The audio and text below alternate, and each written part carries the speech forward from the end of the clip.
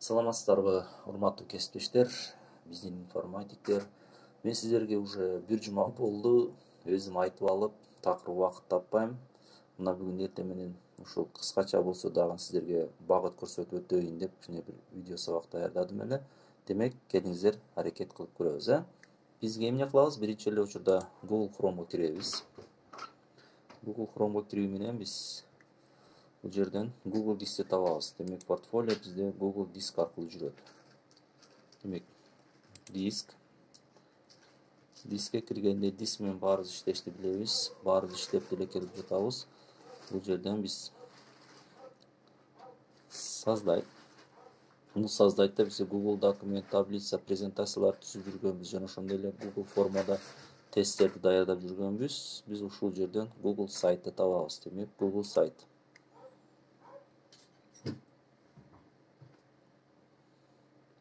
Мынакей, бизде негизги иштөөчү талабыбыз ачылды. Бул жерде биз бардык иш-аракеттер ушул жерде жүрөт. Мына бул жерде уже редакторду артка алдыга жылдыруу, бүткөндөн кийин просмотр көрүү, ссылка берүү, жана ошондой эле доступ ачуу, башка настройкалар жүрөт. Баары бүткөндөн кийин бизде муну опубликовать дегенибиз көк свет менен жаныш керек. Мына ушул жерде биз уже опубликация кылабыз, же болбосо сайтты жүктөй алабыз деген маани. Астында ставкалар турат. Бул жерде текстовый поле бар, изображение, диск, ар түрдүү макеттер, азыр кайрылып өтөбүз. Андан кийин страница кошуу, жана ошондой эле темалар бар. Бизде азыр темабызды кичине бир башкага өзгөртөлү. Мен мына дипломат дегенге коюп көрөйүн. Мынакей, биз ушул тема боюнча кетебиз. Демек, ставкага кайрылып келдик. Келиңиздер. Деги эле портфолио дегенде мен өзүмкүн ачайын эле азыр, ушуга караштырып түзүп көрөбүз. Портфолио, мынакей. Бизде азыр караңыздар, башкы бетте турабыз. Андан кийин өздүк маалыматтар. Андан карасаңыздар, бул жерде уже толтура башка страницалар бар, Биз ушуга окшотуп түзүп көрөлү. Биринчи эмне кылабыз? Заголовок страницаны өзгөртөбүз,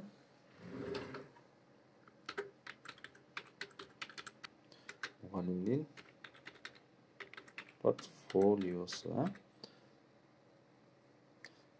Подпаска алып, сатып койсок, мынтип узатып коелу. Демек, мугалимдин портфолиосу. Эми биз бул жерде арткы фонду өзгөртсөк болот. Анын үчүн изменить изображение кирип, загрузить. Компьютерге алдын ала сүрөттөр даярдап алсаңыздар болот. Демек, мен карап көрөйүн. Демек, монтип өзгөртүп алдык. Андан кийин название, укажите название сайта дейт. Бул жерге биз логотип кошуп койсок болот, эгер кааласак.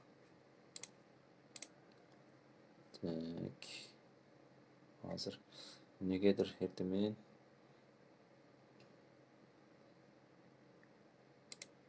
мынакей, эгер мен караган болсок, мындай турат. Демек, ушинтип эле өзгөртүп койсок болот. Бул жерге название, портфолио,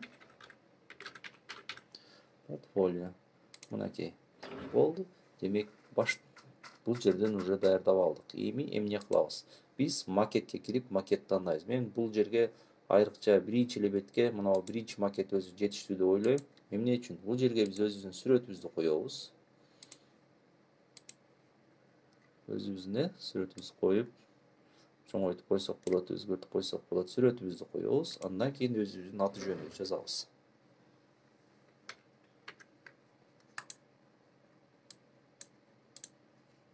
Өзүбүздүн аты жөнүбүздү жазабыз.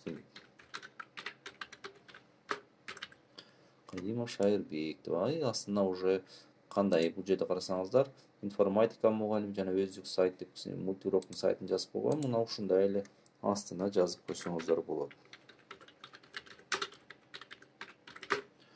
Изип же дагы өзгөрсөңүздөр болот. Мына ушундай түшөт. Бирок карасаңыздар ак болуп бул жерде анчалык коозук бербейт, Бул жерде уже артында карасаңыздар сүрөт турат.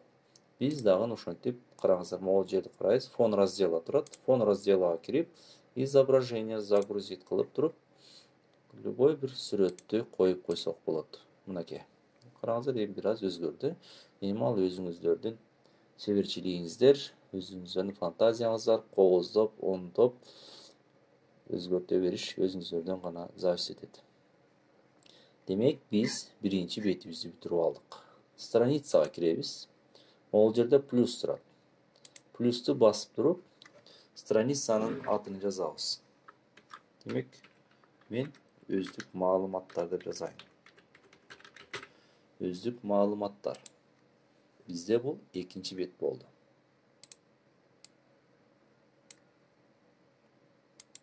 Окей.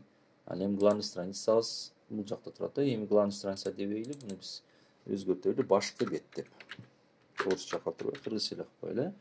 Башкы бет. Бизде эми 2 страница пайда болду. Башкы бет, андан кийин өздүк маалыматтар. Бул жерге дагы уже ставкага киресиздер дагы макет тандайсыздар. Кандай макет коесуздар? Өзүңүздөрдүн маалыматыңыздарды кандай жол менен түшүрөсүздөр? Мен мында простой эле коюп коеюн. Бул жерде уже өздүк маалыматтар жөнүндө жазсаңыздар болот. Мен просто если сиздерге туура келбесе, мындай макет же жакпаса, корзина турат. Корзинаны басып туруп өчүрүп койсоңуздар болот. Өздүк маалыматтарды эми өзүңүздөр каалагандай кылып жазсаңыздар боло берет. Балким бирөөнү, балким экөөсүнү, балким ушуну коюп туруп эле мага сүрөт жакты кичинейтип, бир кичинекей эле сүрөт коюп өзүңүздөр тууралуу, же бир логотип коюп, бул ушундай бир сүрөттүн ордун кичинейтип туруп, андан кийин уже өзгөрсөңүздөр болот. Могу текстти уже чоңураак кылып, көбүрөөк бата турган кылып, анан жазсаңыздар боло берет. Өзүңүздөр тууралуу маалыматтарды каалашынча канча үй бүлө, кандайсыз, эмнесиз баарын жазып бүтүрсөңүздөр болот. Ушуну деле баягы биз айткандай кылып фонду өзгөртүп, башка светтерге, ар түрдүү сүрөттөрдү заранее даярдап алсаңыздар болот. Галереяңызга сүрөттөрдү алсаңыздар болот. Мына демек бизде 2 бет болду. Башкы бет жана өздүк маалымат. Ушинтип биз маалыматтарды кошуп кете беребиз. Портфолиога керектүү болгон, портфолионун негизиндеги кандай нерселер керек болсо, портфолиога баарын ушундай түшүрсөк боло берет. Ийгиликтер, ийгиликтер же жетишкендиктер десек болот, ийгиликтер же жетишкендиктер. Мына уже экинчи бетибиз болду. Ийгиликтерге дагы кирип туруп, ставкага кирип, могул жерде уже макетти момундайын тандасаңыздар болот, же көбүрөөкүн тандасаңыздар болот. Үстүңкүсүн алып турат. Бул жерде уже ар бир грамоталарыңыздар барбы, ийгиликке жетишкен баарын ушинтип кошуп кете бересиздер. Сканерлеп алсаңыздар болот. Дипломдоруңуздарды, грамоталарыңыздарды баарын сканерден өткүзүп алып, же сүрөткө тартып аласыздарбы? Демек, кыскасы баарын ушинтип даярдап туруп, анан жүктөп койсоңуздар болот. Негизги суть сиздерге түшүнүктүү эле болду окшойт, урматтуу информатиктер. Эмне үчүн дегенде, бул сиздер жолун эле көрүп алсаңыздар, жакшына жасай бересиздер деген ойдомун. Себеби бул жерде эч кандай татаалчылык жок. Эми ушуну кантип жүктөйбүз? Могул жерде просмотр көрсөңүздөр болот. Телефондо кандай көрүнөт? Мынакей, эгер телефондо кандай көрүнөт? Телефонду уже могул мен көрөбүз, өздүк маалыматтар кандай түшөт, башкы бет кандай турат телефондо. Мынакей, андан кийин планшетный режим бар. Планшетте кандай көрүнөт, и компьютерде кандай көрүнөт. Мына ушундай жол менен көрүнөт экен, Просмотр ушундай көрүнөт. Андан кийин доступ бергенди караңыздар. Открыть доступ дейт. Кимге доступ бере аласыз? Ошолор тууралуу настройка кыласыздар. Добавить пользователя дейт, или группу дейт. Бул жерде уже өзүңүздөр кылсаңыздар болот. Жана ошондой эле ссылка менен изменить кирсеңиздер, ссылка, доступ ограничен дейт. Бул жер черновик жабык болот дайыма. Даярдалган сайтты ким көрөт дейт. Для всех турат. Бул жерде өзгөрсөңүздөр болот. Доступ ограничение кылсаңыздар, баардыгы үчүн кылсаңыздар болот. Же болбосо ссылка менен гана кире турган кылсаңыздар болот. Эми жүктөө үчүн эмне кылабыз? Жүктөө үчүн могул жерге адрес жазабыз. Мисалы, my